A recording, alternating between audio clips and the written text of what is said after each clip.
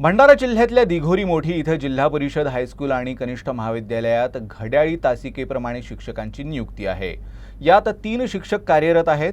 मात्र पगार बिल 5 शिक्षकांचा काढण्यात येत असल्याची तक्रार पंचायत समिती गट शिक्षणाधिकाऱ्यांना करण्यात आली आहे। शासनामार्फत नियमित शिक्षक भरती न झाल्याने शालेय विद्यार्थ्यांचं शैक्षणिक नुकसान होऊ नये यासाठी जिल्हा परिषदेच्या शाळेत घड्याळी तासिका शिक्षक नियुक्त केले जातात। मात्र भंडारा जिल्ह्यातील दिघोरी मोठी येथील जिल्हा परिषद हायस्कूल आणि कनिष्ठ महाविद्यालयात घड्याळी तासिकाप्रमाणे 3 शिक्षक आहेत, पगार मात्र 5 शिक्षकांचं निघत आहे, अशी तक्रार पंचायत समिती गट शिक्षणाधिकाऱ्यांना करण्यात आली आहे। या तक्रारीच्या अनुषंगाने गट शिक्षणाधिकाऱ्यांनी शाळेला भेट देऊन चौकशी केली। त्यात काही त्रुटी आढळल्या आहेत। हायस्कूलच्या शिक्षकांचा पगार माध्यमिकमधून काढत असल्याचा प्रकार समोर आला आहे। या संदर्भात मुख्याध्यापकांनी वरिष्ठ अधिकाऱ्यांना देखील माहिती दिली नाही। त्यामुळे आता या संपूर्ण प्रकरणाची चौकशी करून वरिष्ठ कार्यालयाला तसा अहवाल पाठवून कारवाई केली जाणार असल्याचं गट शिक्षणाधिकाऱ्यांनी सांगितलं आहे। तर हे संपूर्ण आरोप खोटे असल्याचा दावा मुख्याध्यापकांनी केला आहे। एकूण 6 पदे रिक्त आहेत।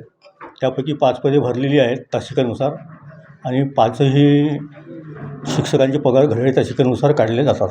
दुसऱ्याच्या अकाउंटवर अशा प्रकारचा कुठलाही पैसे टाकण्यात आलेले नाही।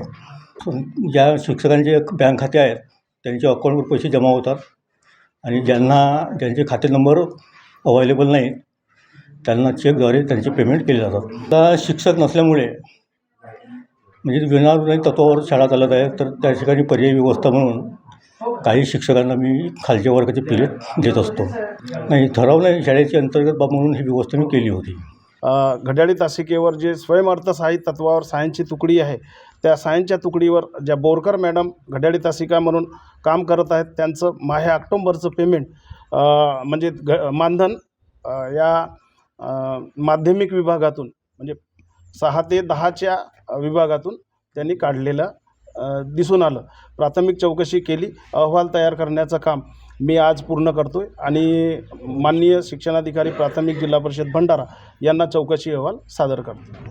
चौकशी अंती माननीय आमचे वरिष्ठ शिक्षणाधिकारी प्राथमिक जिल्हा परिषद भंडारा हे निर्णय घेतील।